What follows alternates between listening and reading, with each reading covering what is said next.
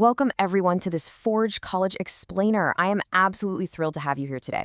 So in our last explainer, integrating AI decision-making and preparing for transaction execution, we spent a ton of time talking about how to build a really smart analytical AI agent. We looked at confidence scoring, thresholding, all that brilliant off-chain logic, right? But today, we're crossing the absolute most critical bridge in your Web3 development journey. We're going to look at the exact moment your AI agent stops thinking and actually starts doing. We are diving into how an agent takes a decision and successfully executes it as a transaction on Solana. Because, listen, here's the harsh reality that every single developer eventually faces. Your agent made a brilliant decision. Now what?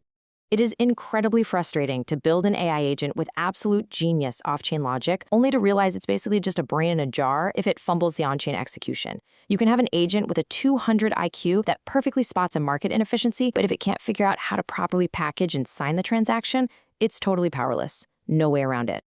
Okay, let's dive into this. Here is our blueprint for tracking this exact life cycle.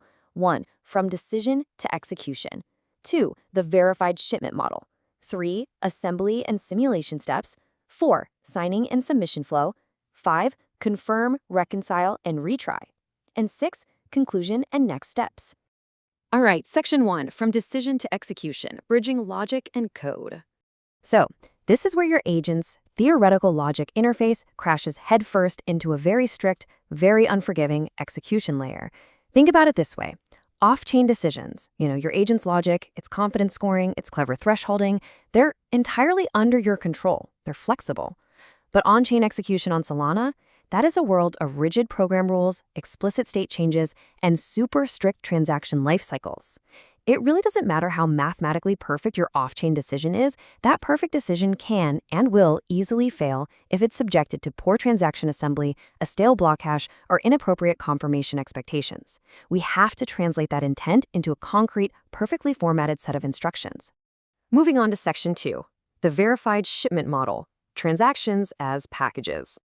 To really master this translation, we need a strong mental model.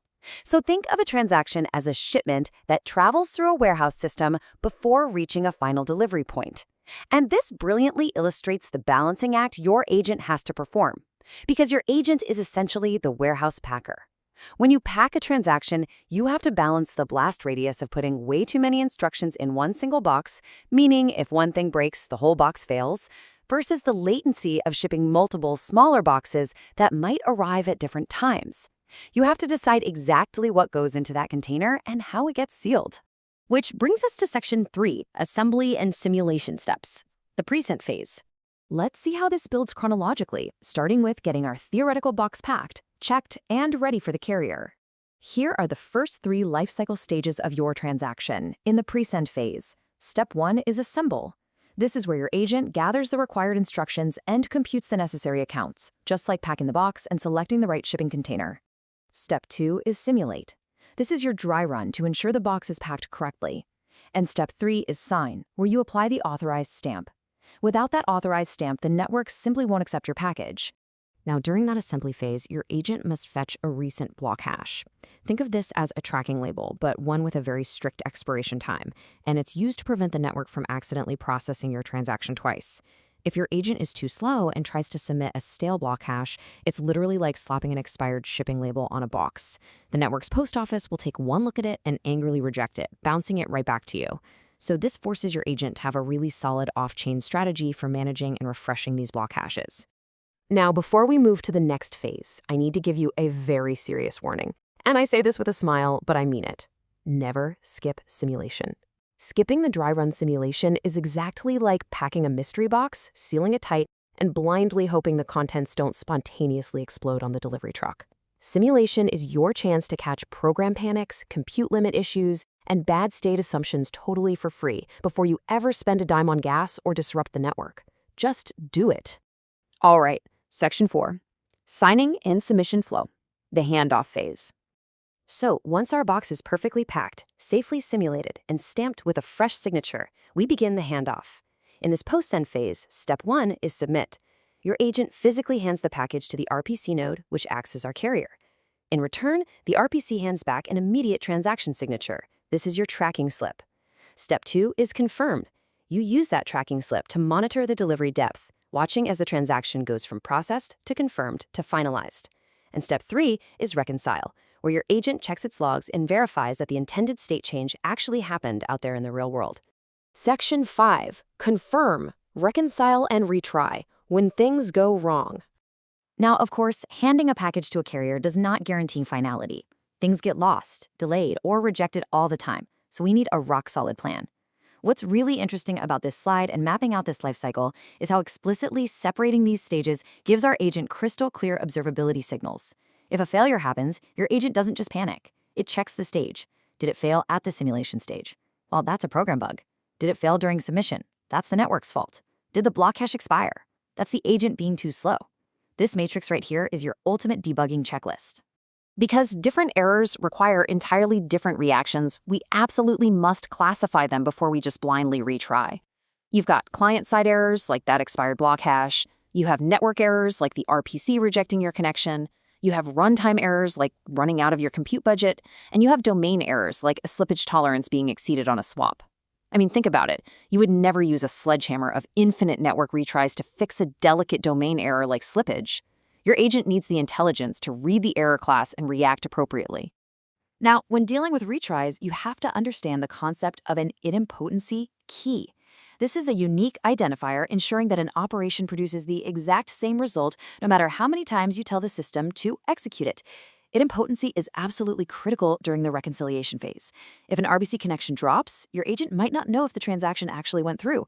Without idempotency, your agent might blindly retry and accidentally double spend your funds, and nobody wants that. Let's ground all this theory in a concrete example, okay? A two-swap atomic transaction for a decentralized exchange arbitrage. Your agent spots the arb. Step 1, it assembles the pool accounts for both dexes. Step 2, it simulates the transaction to ensure the complex swap won't exceed compute limits. Step 3, it ensures the black hash is refreshed right before applying its signature. And step 4, it monitors the network, ready to confirm and reconcile any custom program errors, like a sudden change in liquidity, without panicking. Those off-chain checks just saved you from a very costly on-chain runtime failure. Section 6, conclusion and next steps. Wrapping up execution. We've covered an incredible amount of ground today, so let's wrap up this journey so you're fully prepared for the next logical step. So the crucial point is this. Treat every single stage of the transaction lifecycle as a separable responsibility. Here are your key principles to take away.